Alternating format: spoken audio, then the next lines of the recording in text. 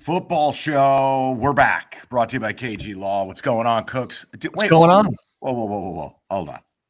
Did you just do a wardrobe change? Dude, we saw you like 6 minutes ago in our little pre-show deal. You did a wardrobe change. If you must know, I spilled a little something, so I had to make a change. Sorry. Fantastic. All right, so here's what we're going to do.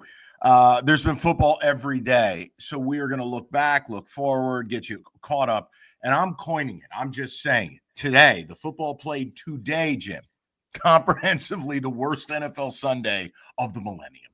It's pretty rough. They took all the good games and they pieced them all over the place. So let's get into it. Let's get into our 5 big things. Brought to you by KG Law. Jim, the Bears are real? Question mark. They announced themselves, put damn near 300 yards rushing on Philly in Philly, like they were Nebraska coming to Spartan Stadium in '95 with Lawrence Phillips. They bodied the Eagles. And look, I'm guilty as anybody. You, me, your Nona. Look, the Bears haven't beat anybody good. It's been a refrain. Okay, they went to Philly and dominated the Eagles. We have to take them seriously, right? Because guess what? With the Rams' loss, meet your new number 1 seed in the NFC. The number 1 seed. And yeah, man, I can't do will you have a minus point differential and who have you be? Mike, it wasn't as close as the score suggests. No. They ran up nearly 300 yards. And you know what they did this offseason? Their priority. You get Ben Johnson. You want to do all the fun things you did in Detroit. You bring in a center and 2 guards. Yeah. Amazing what that creates, how that paves paths, even when things aren't always pretty. And they've won some ugly football games. That stability, and in this case, that bullying is how they go into Philly and win. Yeah, and it's also too. Listen, I don't want to make everything related to the Lions, but it's no secret where we broadcast from, and there are people who are here and they do want to hear about the Lions, which we'll get to later. It's also, you don't just line up and run the ball 50 times based on sheer dominance. Right. You're seeing Ben Johnson do exactly what he did in Detroit. The pre-snap candy, the motion, opening up the run game formationally, substitution packages, and then they've got a 1-2 punch there. It's not dissimilar to what they had here. It ain't Jahmyr Gibbs, but Swift isn't bad. And it ain't David Montgomery, but Manungai. It ain't bad. It's 1-2, thunder and lightning. 9-1 their last 10 football games. That's not an accident. I don't think you can fake that. And look, I'm not telling you you're going to win every week. I'm not telling you they'll keep this pace up.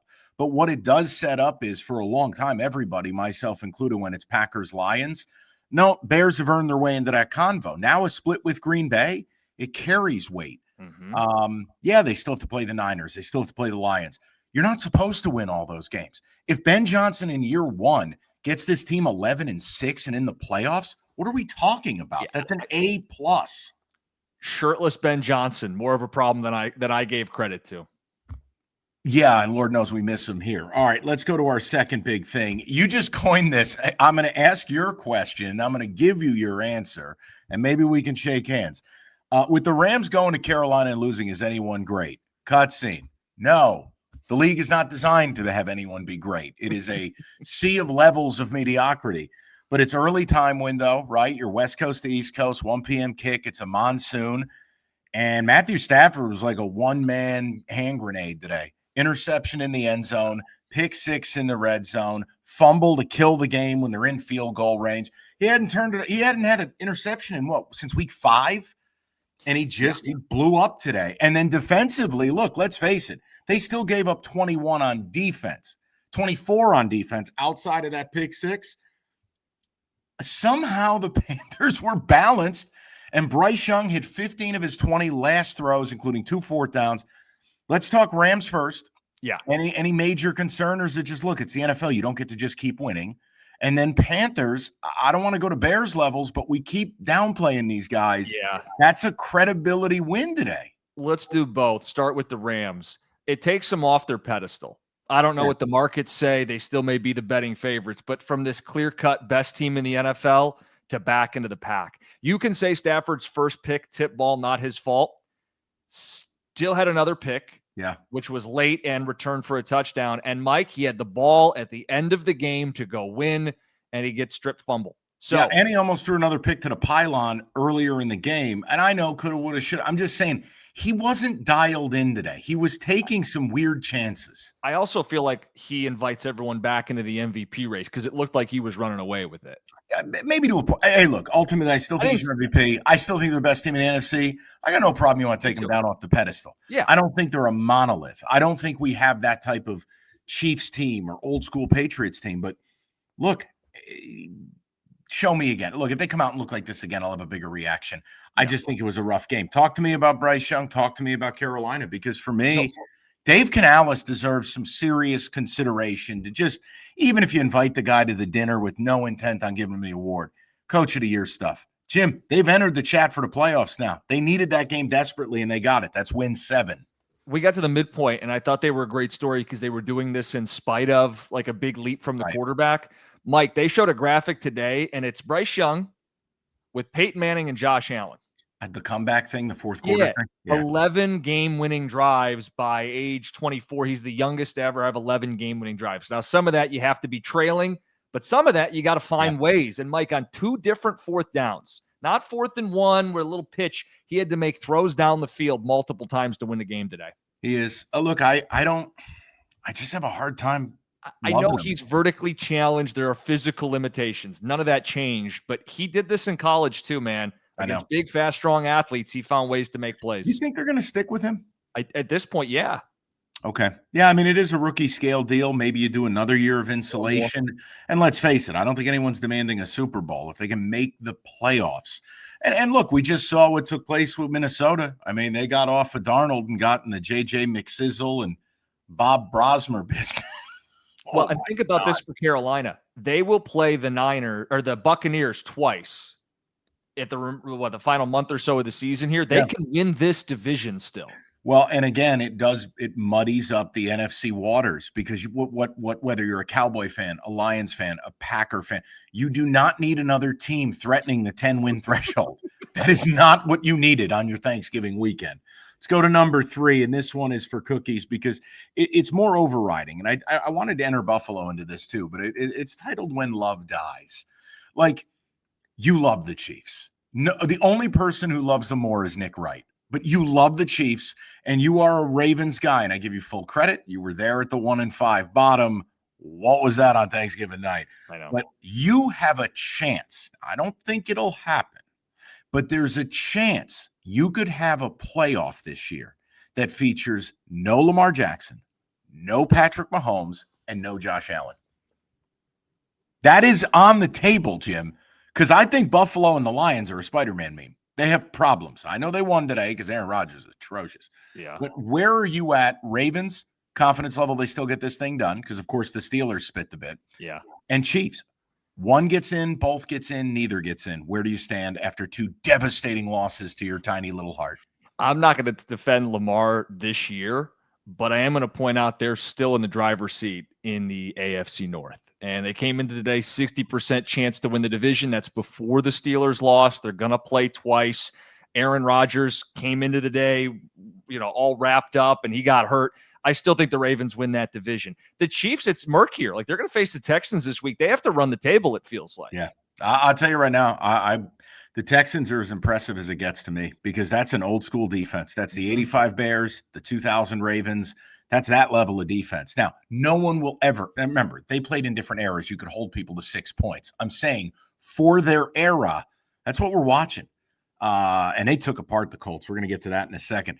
But look, here's what's going to happen. I just want to future cast something, because you and I had a red hot week on our podcast, Cash the Ticket. So the holiday week, sizzling. We didn't take an NFL loss. It was one that was beautiful. So while I'm hot, let me make a declaration. I know what's going to happen. I'm going to shit on the Ravens all year. And then we're going to get into wild card round. And the Ravens are going to win a playoff game. And I need you to demand that I take the Ravens. That's the psychology of it. Look, they absolutely, they'll be there. I still feel like they will be there. They'll be hosting that first playoff game, and they absolutely can win that first playoff game. It's later that Lamar lets everybody down. Fourth thing, how about them Cowboys? You know I've been all over this Cowboy train the last few weeks. I did it again this week. Jim, look, winners of 3 straight. They beat Philly and Kansas City in a 4-day stretch. Their reward, welcome to Detroit on Thursday night primetime this is the Alamo for the Lions. Look, I feel like at minimum, the defense has now become average, just average. And the offense at its best, it's a complete monolith. They have a physical ground game. This is where I almost wonder, like, I hate the apology crap. We have opinions. We talk. I don't want to apologize, but like Jerry's kind of been right on stuff. Now, I didn't slander the Micah Parsons thing the way others did. And I actually liked the Quinnen Williams thing, and I got made fun of on my kickoff show with Boomer. Those things worked. Pickens has worked. Javonte Williams has been dollar for dollar one of the best free agent signings out there. And oh, by the way, while you were sleeping and guys got old like Tyron Smith and, Travis Frederick retired and Zach Martin, boop, boop, boop, boop, boop, drafted it, refilled it. O-line's dominant again. Jim, they're going to be favored after Detroit the next 4 games. I've already looked at the futures. But play the math. Okay, so you say, let's just give them credit for the games. They'll be favored and they'll lose the one they won't. That means they're going to go 10-5-1. Does that get you in? 10-6-1. Or excuse me, 10-6-1. Does that only get you in? Remember, because of the tie, it does make them bulletproof almost at the 10-win mark. No, if someone gets to 11, yeah, you're right. But here's the question. It does feel like 11 is the number we're going to use for the Lions later. Yeah. Dallas needs to beat Detroit for me to believe they're a playoff team. Fair enough. I just wanted to make a point. They're here. I don't think anyone's going to be excited to play him. Dak, put him in that MVP conversation. I don't have a problem with it. And Jerry Jones, I know for all the bullshit, they've made some sharp moves, man. That team they're a lot. This is the other thing that people make a mistake with. And guys in our business do it. They get attached to these results in week 1 or 2, and then they want to hold that result up like a Heisman Trophy in week 14. And it's like, dude, if you can't see the difference between the Chicago Bears in week 2 and week 12, or the Cowboys in week 2 and week 13, then I can't help you. What's past is past. It's a part of your record, but it's not who you are today. Well, there's no way anybody thought they were going to beat Kansas City on Thanksgiving Day a month ago. So, I like the 3.5 points, but I felt good about it. But I'm saying a month ago, you would have said that they're going to be slaughtered at home for the nation to see. Jerry's going to have his face shoved in the dog poop and the cow poop. Mike, they won the game, and you're right. They've got 2 difference makers on the outside. A quarterback can sling it, and with the defense that gives you at least enough of a chance, they're a problem. It also shows you, too, how a change of scenery can help a guy. Quinnen Williams looked like a guy who hated playing football for money with the Jets. He goes to Dallas, and you're going, oh, there's the all-pro. Well, that's nice. And it does open up the possibility that they do spring the upset this week. I'm talking about someone like Quinnen Williams. That's where the Lions are vulnerable. Yeah. All right, last one. Let's talk Colts because I think the AFC South, it warrants a discussion now. And I was in a wait and see. I wanted to give it 1 week with Daniel Jones playing through a cracked fibula. Didn't have that on my bingo card. And what did they do? They lose. I mean, it's another week they don't get 100 yards rushing. Daniel Jones doesn't look the same. The protection doesn't look the same. The running game doesn't look the same. All of that means that the vertical passing offense doesn't look the same. Defensively, since Buckner got hurt, look, the Texans went on the road in the division and took care of business. I thought they screwed up with some analytics. I don't know what we were doing here, D'Amico. You got the number 1 defense in football. You're up 4. It's the 4th quarter. Let's make it 7. We don't need to do the gutsy stuff. Just go up 7. You got a bunch of dogs over there. Let them eat. I don't think he gets enough credit nationally, D'Amico Ryans, because they had to survive without Stroud for multiple weeks. Yeah. This defense, his side of the ball, is number 1 in football. And, Mike, they aren't just line it up with our front 4 and get home. They do a good job of showing blitz and bailing. It's complex. It's not just we've got better players. They do. But it's also a well-schemed defense, and it's what's got them all the way back in this thing now. I was never a Colts guy, and for anybody that was doing the Jonathan Taylor MVP, this is why running backs don't win MVP. No, you can. I'm guilty. I brought it up a couple of times. If the guy was scoring 3 touchdowns a week, we talked about it. I know. Have to have as a running back. Well, you basically got to have a 30 touchdown season. Well, but there's this thought like MVP, why has it become a quarterback award? Because the quarterback's the most valuable. And I think you see Minnesota. That's why. And it's no knock on Taylor, the player, but how much of an impact can he have when your quarterback plays not any good and people can stack the box and make life miserable? Mike, he ran for like 80 yards on 20-plus carries, just a really inefficient slog of a game. But what you're highlighting is also why I've said for years we do not pay running backs. Like, I do not want to pay running backs. I think you can draft them. I think you can find them. I'm not telling you they'll be as good as the guy, but I can take the 20 mil I got to spend on the guy, and I'll go get a big heavy up front on either side of my line, and they'll impact winning more. So I'm with you. Now, who are we going? No, we're not doing this Duval shit again, are we? So I want to say Houston's winning this division. They got KC this week. Could they win out? They get Houston. They get Indy in Houston near the end of the season. I think it's Houston, right? I know, but the Jags are in first right now. I had to make that point. I know they beat the Titans. I can't trust them still. Yeah. It would be the Texans, because that defense, if I rank out every unit in that division, that singular unit is the best unit, and I don't even think it's close in that division. Yeah. Can they carry Houston? Yeah, I think they can. I probably would go Houston. Like right now, I don't know what the number is. I haven't looked. What number would you need to take the Chiefs? Don't tell. Now, is that game in Houston or Arrowhead? Forgive me. I don't know, but I'm going to guess it's north of 5, right? Let's pull it up. We can do this for people. Yeah, I don't care. We're live. Let's just give me a number. I'll give you a number here in a second. All right, but that's it. I just had to ask the question so we can get to a word from our sponsor. We can get to the rundown with your updated number and maybe another wardrobe change. Evan, I got it. What do you got? 4.5 in KC. KC favored by 4.5. No way. Give me the points. Okay. Look, we saw that defense damn near beat Kansas City last year before the scriptwriters took hold and called a bunch of bogus personal fouls. You remember that game? No way. Oh, to hell with that stuff. No, give me the Texans. All right, let's get a word from KG. We'll get to the rundown of some of the most egregious football ever played. All right, tell you about KG Law. Someone you care about's injured in a car accident, you need KG Law. Lawrence KG and KG Law specialize in car accidents. You're going to get that personal attention to detail from someone who cares about you. Let me tell you about Lawrence KG. He's a Detroiter. He's a down-to-earth dude, and he's someone you want in your corner. He built his business doing things the right way and delivering for his clients. KG Law's won millions of dollars, 98% success rate. Check him out, 877-KG-CARES. It's right there on the screen, KAJY, KGCares.com. Our rundown brought to you by Hungry Howie's. You see that delightful logo floating near Jim's head. No wardrobe change. Atlanta at the Jets.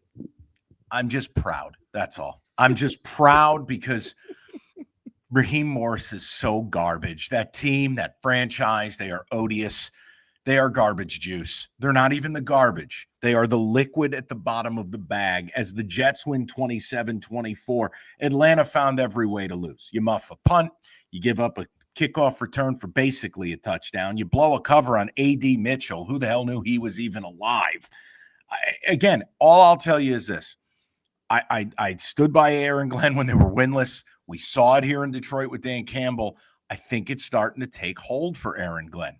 They traded their best players. This team isn't laying down, and they're not supposed to measure up against the Green Bay Packers. But like they're winning some games. They're competing. They've got a gaggle of draft capital. I thought it was a really nice sign for Aaron Glenn to win that game and to keep his program moving forward. This time of year, when you're a bad football team, people are swirling and there's not a lot of nice things to say. This is legitimately a bad team with upside. Dan Campbell's first year in Detroit, they won 3 games. With the win today, the Jets now have 3 wins. Yeah. And it was not pretty, right? You had a punt return to set you up. You had a muff punt to get a touchdown. It doesn't have to be pretty. You need buy-in. He's got buy-in. That's as good as anything you could have right now because no one thought they were making the playoffs. No, and look, I think they have their tackles of the future with Fashanu and Membo or whatever his name is. You've got Breece Hall. If they can get him to stop talking about getting traded, you have Garrett Wilson. You need a quarterback. That's it. They get a quarterback. It's going to exponentially move the thing forward. I'm just going to blind faith trust. Aaron Glenn's going to get that defense going the way it needs to go. And they've got the draft picks to do it all. So nice job for them. For Atlanta, just burn the whole fucking thing down. Honestly, just burn the whole thing. Just trade everyone. Burn it down. Start over again. It doesn't work. This collection of players, the people that coach these players, it is a collection of complete losers. They just find ways to lose. Just, you're done. All of it. It's over. Is that too harsh? I mean, I'm sorry. Oh, but what about Bijan and Drake London and Kyle? They lose. They just lose. Dolphins, Saints. You know who the losers were? Anyone who watched this shit. Dolphins 21-17. Here's the nicest thing I can tell you. Achane was electric and physical. Yeah, that concludes my comments. This game was hideous. But I do have a question for Jim after he tells you about all the ways the Dolphins wanted to lose this game. Yeah, it felt like they were really doing everything they could to lose. You give up an onside kick, you can't score in the second half. They had a field goal, and they had 2 points going the other way and a 2-point conversion. The only points they scored, begging the Saints, who had the ball late with a chance to win, to beat them. This counts as a win for Miami. Nothing inspiring about it. All right. Why do teams do this? Ready? You know you're bad. You know there's no scenario you'll be good. Why do you use a second or a third round pick on a quarterback? Because then you're terrible again. You're going to take that quarterback, and it's going to be like that commercial that plays during all the games on Fox, the quiz with balls. Bing! And you're going to send the quarterback into that pool of misery, and you're going to draft another one. Ergo, you wasted a second or third round pick. Why did the Saints take Tyler Shuck as if that was the fucking answer? And now you're going to be picking number one. Shuck is dilly-dilly in the pit of misery, and you vaporized a pick. It's the same shit the Texans did with Davis Mills back in the day. That's the comparison. It makes no sense. It does. You're just going to have to wear it for a year. Why waste the second round pick? Everybody understands the Saints will pick in the top 5. They'll pick a quarterback, and Shuck will be relegated. Why waste the pick? I don't know why teams do it. If I owned a team, it would be like my only rule. Like short of telling guys you have to wear pants to the draft, or you can't be shirtless like Ben Johnson at the draft. We are not wasting draft picks on marginal Grandpa Simpson aged quarterbacks when we know we're going to be bad this year. Yep. Jags, Titans. Jags a lot, Titans a little. A game was played. What am I supposed to take out of this? Yes, it's all business, okay? Jaguars +2 in the turnover category. Was Trevor Lawrence that great? It's fine enough. The Jags do what they need to do. But when you're playing the Titans, who are clearly one of the single worst, oh, by the way, next week in Cleveland, over under 9.5 for the game. You're playing a team that's so bad, it's just a but performance. So congrats, you didn't shit down your leg. I don't know what else to say. I can't take it serious. The Titans are horrific. Yeah, Titans game should not be televised. In fact, Brown should be on Sunday Night Football. All of America should be subjected to that. And you see, like, we watch. I even had to go back. I go, wait, how did the Titans win a game this year? Do you remember the game they won this year? I don't know, through osmosis. I have no idea. Like the Cards, like the Cardinals let them win the game. Okay, hold on. I remember this now. The Cardinals had, I think they had a fumble 6. Then I think they had a sack, and it was on the 1 yard line. They were up 20-7 in that game and melted down. That's how. That's it. That's sad. All right, Bucs Cards. Bucs win 20-17. Here's my problem in all of this. I didn't think the Bucs looked good at all. Very, very sloppy. Bad end zone interception, red zone penalties, drops. Look, the Bucs have just lost steam. Now, I understand. Get out with a win. Next week, I mean, you take in New Orleans, you get a little more momentum, hopefully. You get to 8-5. But beyond it, the Bucs have got to get their juice back, man. It is just not there right now. Yeah, but I'm going to look at it a little differently. No, it wasn't inspiring, but they had lost 3 straight games. Panthers are on their heels. Panthers beat the Rams. They had to win this game today. They get Bucky Irving back. He finds the end zone. And Mike, they had to hang on. I know Baker's dealing with something, but here are their final 4 drives. Punt. A field goal on a 0-yard drive. They got to take over on downs. Oh, a little change of possession. You play with your food and just take the 3. Yeah. So punt, field goal, punt, kneel down. Like they had to hang on to get the win. But you're right. Now you beat the Saints next week. You start to try to give yourself a chance at the end of the season here. Yes. Niners, Browns. This was our disgusting under. I cajoled you into at under 36.5. And well, they delivered. Thanks, guys. Shedeur Sanders, you can talk about it. I'm not interested. The Browns just are god-awful. Muff a punt, disastrous 4th down fumbles twice on a tush-push delight. Drops. You know what the Niners do? Nothing.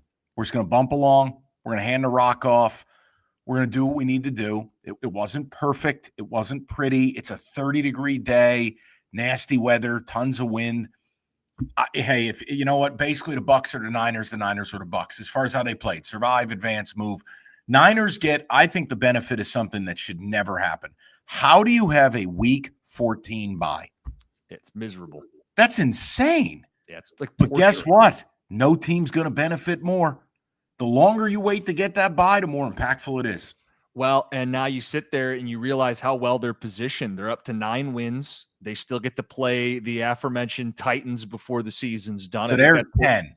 That's their first game out of a bye. Then you got 3 weeks and you're already at double digits. So they're in a great spot, but I'll continue to look at their run game. 31st in yards per carry for a Kyle Shanahan team. That feels like a red flag waiting to happen for this team. Mike, there are 3 touchdowns today. You know the longest touchdown drive they had? Like 20 yards. 32 yards. Yeah. It was all short field. The Browns just went full Atlanta.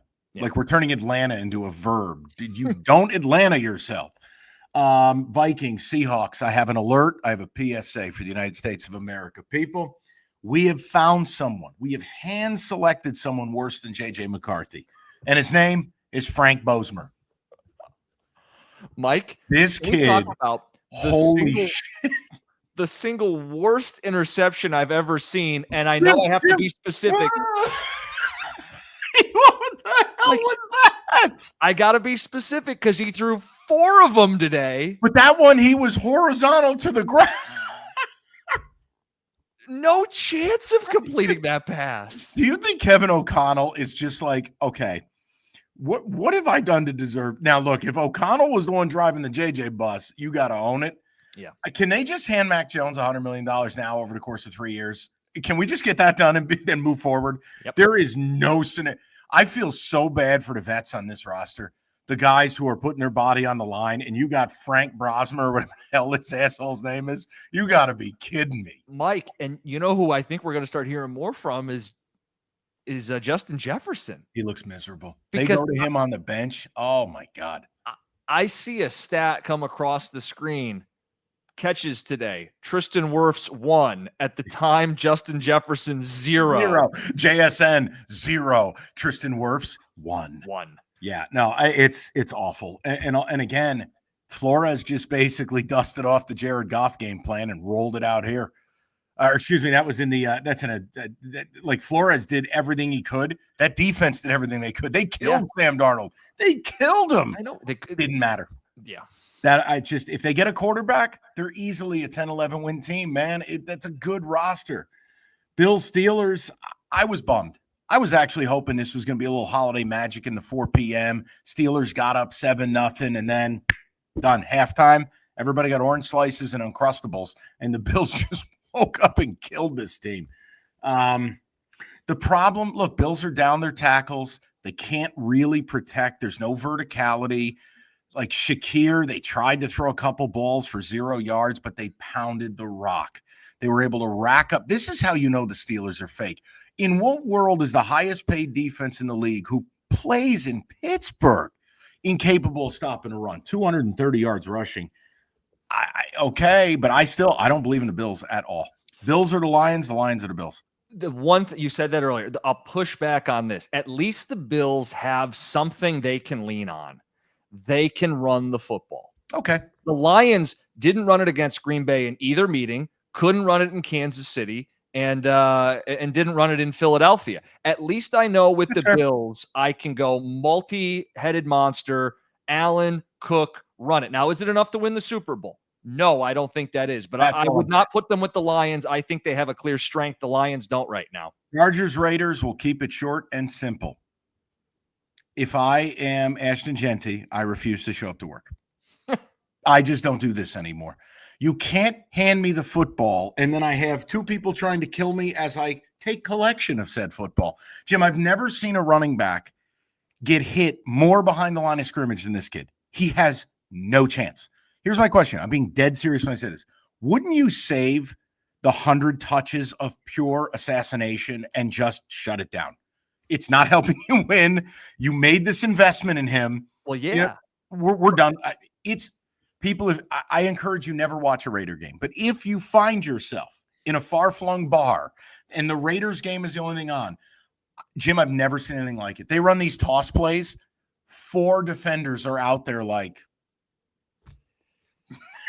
It's unbelievable. I thought you were going to say, should he pull himself out? I'm glad you clarified. The team shouldn't put the tread on the tires. What's the point on a 2-10 season to just, hey, sledgehammer him into the line? Why? It's crazy. I'd shut it down. Chargers win. But again, I don't think they're going anywhere. Herbert got hurt again today, had a hand problem. They're just, look, Pipkins back helped a little, but I mean, Crosby dominated him. I just think the Chargers is empty calories. All right, we'll get a word from our sponsor, Hungry Howie's, and we got to talk a little Lions. Listen, Hungry Howie's got you covered football. 51% off any large, round, original, or thin crust pizza with any of your favorite toppings. So whether you're a minimalist, just like a cheese pizza, or you want to load this thing up, whatever it is, 51% off. All you need to do, go to hungryhowies.com, order up a large round for carryout, and you're good. No strings attached, no BS, no copious legal. 51% off. Go to hungryhowies.com before it's too late. It's Hungry Howie's. Our Marantz Chevrolet brings us our Lions discussion preview diddly-doo-dah. Jim, I want you to take the lead. It's your team. It was your Thanksgiving. I had a chance to be on the air Friday. I know you didn't. So why don't you take the lead? I'll see if I can fill in the blanks. Yeah, let me just start with this. I've spent too much time looking at scenarios of, well, do they need to go 4-1 or they have to go 5-0? None of it matters if they're going to play this way. 3-4 in the last 7 games. And Mike, on Thanksgiving Day, I watched LaFleur come in to Dan Campbell's house and go 3 for 3 on 4th down, 2 touchdowns in the game icing play. I watched Micah Parsons, who they were bold enough to acquire, come in and impact the quarterback, come up with 2.5 sacks. And I got to look out for Aiden Hutchinson, and he's on a milk carton. I got to watch a team that used to be built on toughness and running the football struggle to run the football. Like, you can't say it's our identity when it never shows up in any of the big games. And now at 0-2 against the Pack, 1-3 in the division, they're effectively 2 games back of the Packers and 3 back of San Francisco with tiebreakers. Mike, I no longer expect this team to make the playoffs. I'm not there yet until Thursday, but yeah, I mean, you've kind of said it all. Like, my issue in all of this is, like, I struggle is I don't know why people want to fight what they're actually watching. Like, we all want it to be a certain way, but that's not the way it is. And I think the fan reaction to the criticism of the team, it's very similar to Dan Campbell's 4th down calls, if I may. Dan Campbell is calling the game like it's the way it was. Yes. It's not the way it is. Can I give you a number on that? Sure. Last year, this team was top 5 converting 4th downs. Where do you think they are this year percentage-wise? I mean, last year they were like 85%. I'd probably say they're a coin flip right now. They're 19th in the league at 52%. It's a coin flip. Right. Now, Mike, here's the thing. You don't have Sam Laporta. No. You don't have an interior offensive line that consistently generates a push. And now, at least short term, you don't have St. Brown. So for a team that has gone 0 for 7 the last 3 weeks on 4th down, Dan, you don't have last year's team. You have to punt and kick a little more. And if you're saying, well, my defense is no good either, well, then I don't know what you want me to tell you.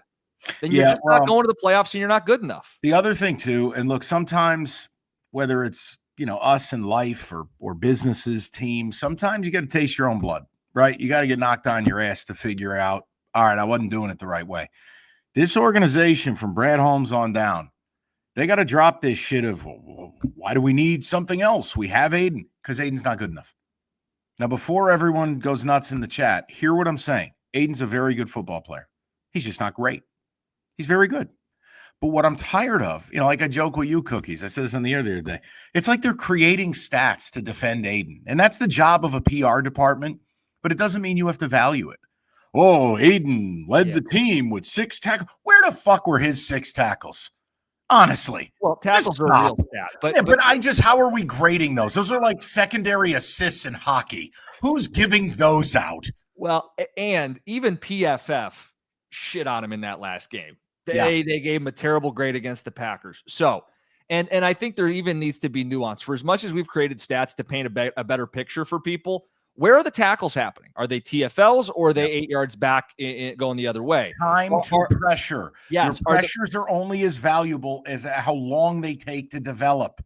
is the pressure 2 seconds or 4 seconds into the drop back? Because that does make a difference in whether the quarterback has to hurry his decision making. The stat by itself doesn't paint the whole picture. And Aiden's very good. He plays a ton of snaps. He plays the run. He hustles. But he needs help, and that's okay. Exactly. But help him. Yes. Like, this is where Brad Holmes failed this team starting in the offseason, then into the draft, then into the trade deadline. It's a hat trick. He had 3 opportunities, and they refused. And what kills me and what should kill you, Jim, is they hitch their wagon to unreliable assets. Josh Paschal, well, he's done for the year again. Marcus Davenport allegedly played 23 snaps. Where? You've been gone for 10 weeks. You may as well have stayed out 11. Like, I can't understand their lack of devaluing. Anywhere you watch today, if you can run the ball and you can rush the passer, you win. This team's base 4 rush is trash. Well, those are the 2 things. So you said, hey, they screwed up. Brad screwed up, didn't get Aiden help. I'm not fighting you there. I think the bigger screw up is the 2024 NFL draft. You want to talk about watering the garden on the offensive line? That's when it was here. They went corner. Yes. We all wanted like Zach Frazier or Jackson Powers Johnson or what was it, Cooper Beebe or whatever his name was. Or Graham Barton, who's starting at center for Tampa. There were a bunch of guys who are currently starting who play the interior of the offensive line that they could have gotten in either the first or the second round. If you love Terrion, fine, but you have to address the offensive line a year early because you can't be plugging and playing guys and expecting to have the same result. So when you want to water the garden, well, you better have planted the seeds a year in advance because trying to do this on the fly, it is not working for this football team. No. The other thing, too, is lighting your third-round picks on fire, getting exotic and cute and drafting guys without profiles, guys who don't know how to play, backup quarterbacks, or giving 3 of them up for a receiver that you clearly don't have a real intention on playing. All right, we can move on. Before we move on, the math of this all, right? Yeah, buddy. So I said I don't expect them to get in. That doesn't mean they can't.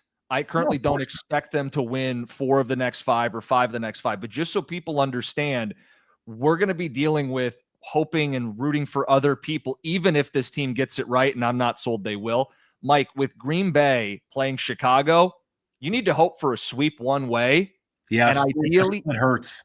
And ideally, it's the Bears who get swept because Detroit can hold the tiebreaker and get within a game of Week 18 and make Chicago earn it. Any other scenario, like I said, San Francisco's not the team you want to chase. They have 8 NFC wins already. They are going to win a tiebreaker. You're going to need to get more than them, and they already have 2 more wins than Detroit. You really start to find yourself in a dark place, and I'm sure people are going, well, why is there doom and gloom? Because the Lions have done it the Lions have done it to themselves. We don't control this. They do. Yeah, thank God you beat my team, okay? Otherwise, doom and gloom would be a bonus plan.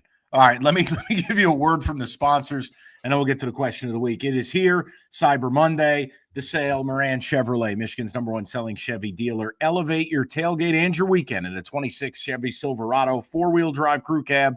Cyber Monday leases, $99 a month. 0 down, 24-month, 10,000-mile lease.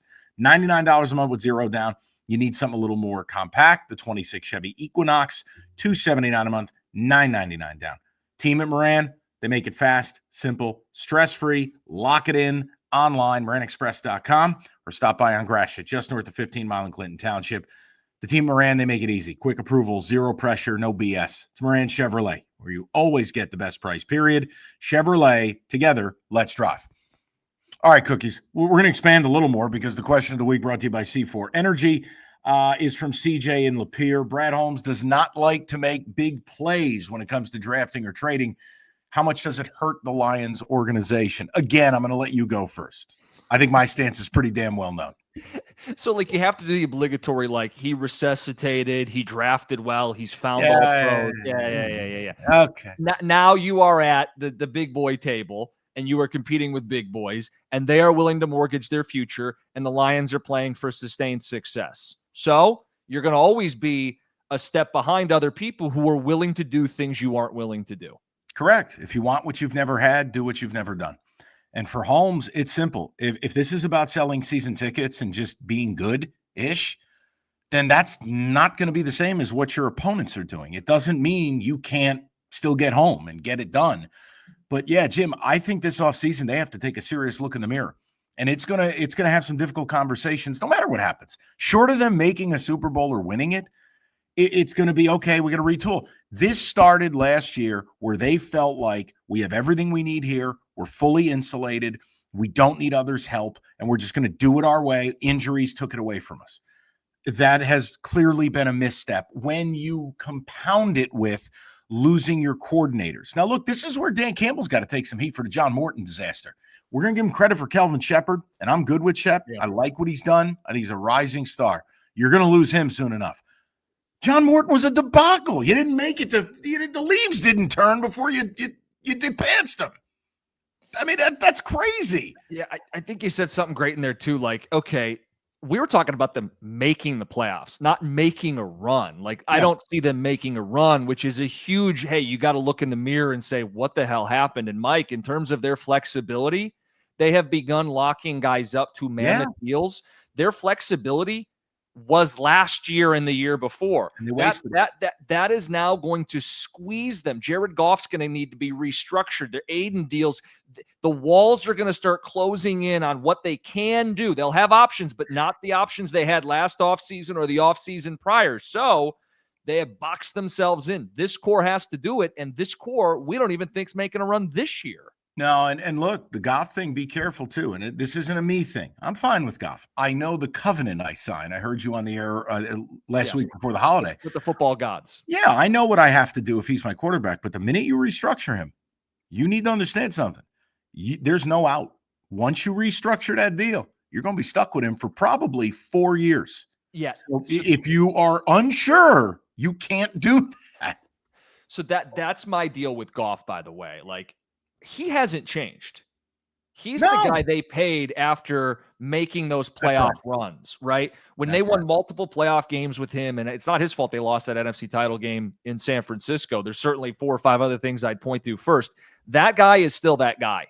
He hasn't changed. What's changed is the Lions' support around him has eroded. Yeah. So who's responsible? Flow chart, Mike. You love your flow charts. That goes back to the top to Brad Holmes.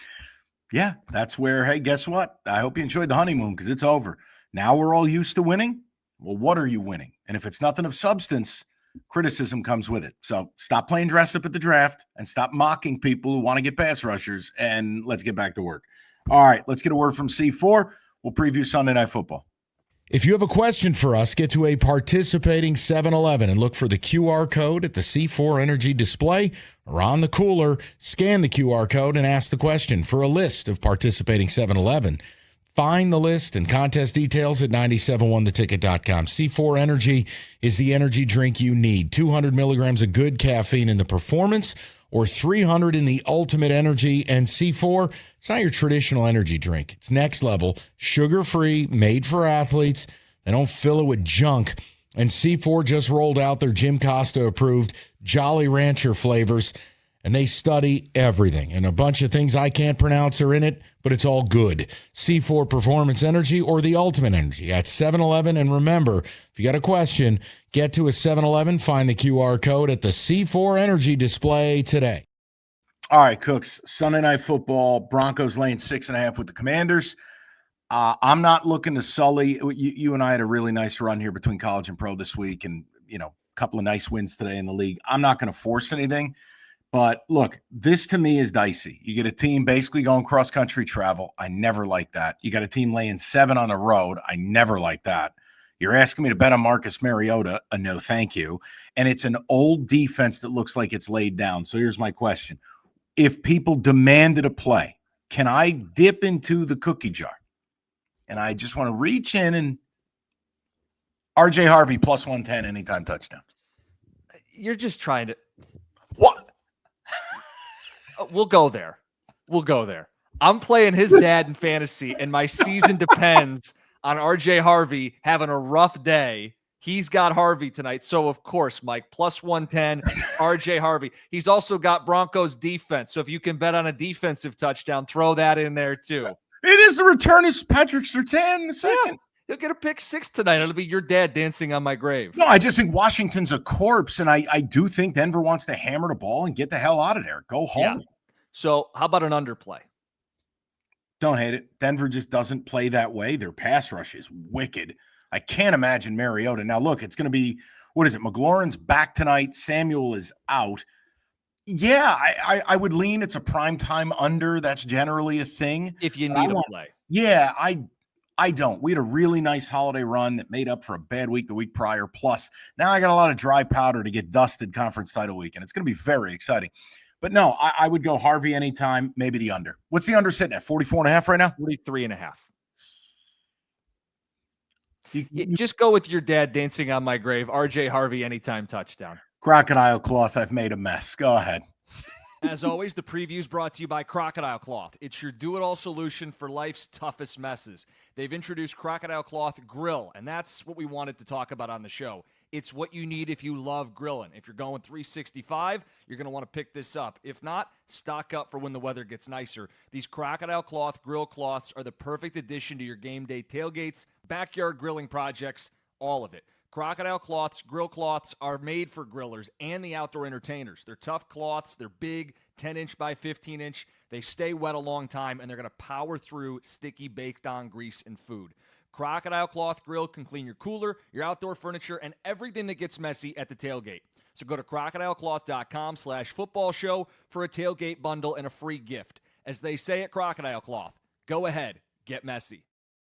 All right, football show in the can. 5 more to go, Jim. I don't know how the hell we've already done 13 of these, but 5 more as we get you through the holidays. And Jim, wardrobe change. Good for you. That was a new one for the show. Did we miss anything, or are we good? We didn't, other than people begging to get your thoughts on Pat Fitzgerald. I'm sure you'll do that tomorrow on your radio show. I will tell people I am emotionally processing. I had an initial reaction. I've had several reactions since. Allow me the evening. Allow me. I need a weed gummy. I need a good 7 hours of sleep. I really got to process. I can just tell you things are not going great for me right now in the football world. So let's move it on. That's the football show. We'll talk tomorrow.